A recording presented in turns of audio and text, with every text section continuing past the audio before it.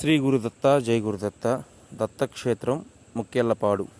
ఈరోజు మన దత్తక్షేత్రంలో మొదలయ్యే పని గురించి అయితే ఈ వీడియోలో ఒకసారి అయితే చూద్దాము. ఉదయం మొదలుకొని రాడ్ బిల్డింగ్ వర్క్ వారైతే వచ్చారు. వారి యొక్క పనులైతే వారు పూర్తి చేసుకుంటూ ఉన్నారు.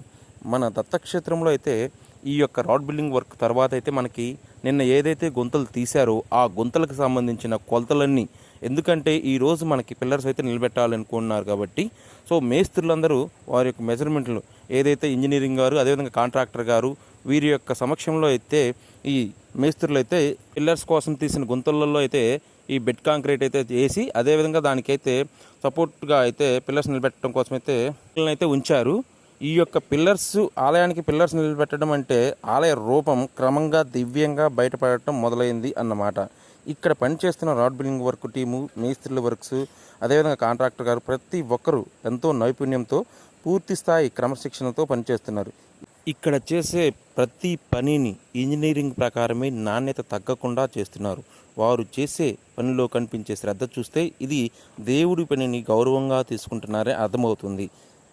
అదేవిధంగా పిల్లర్స్ కోసం తీసిన గుంతలలో అయితే వీటినైతే నిలబెట్టడం అయితే జరుగుతుంది.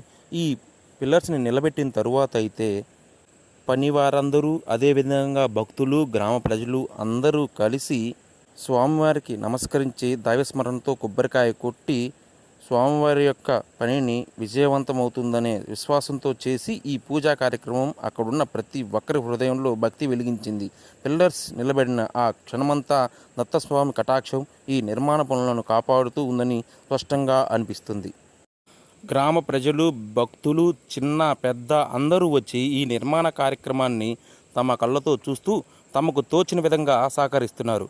ప్రతి ఒక్కరూ ఒక్క మాట మాత్రమే అంటున్నారు, దత్తం శరణం మమ, ఇది మన క్షేత్రం, మన బాధ్యత.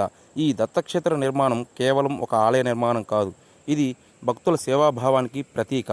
మీరు ఇచ్చే చందా, చిన్న సహాయం కూడా ఒక పిల్లరు బలంగా నిలబడటంలో, అదేవిధంగా ఒక గోడ పైకెత్తడంలో, ఒక దేవస్థానానికి రూపం ఇవ్వడంలో అదే దైవబలం అవుతుంది.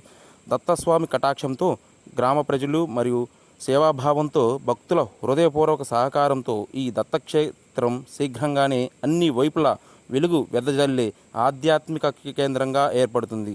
మీరు కూడా ఈ పుణ్యకార్యంలో భాగం కావాలని కోరుకుంటున్నాము. శ్రీ గురుదత్త జై గురుదత్త.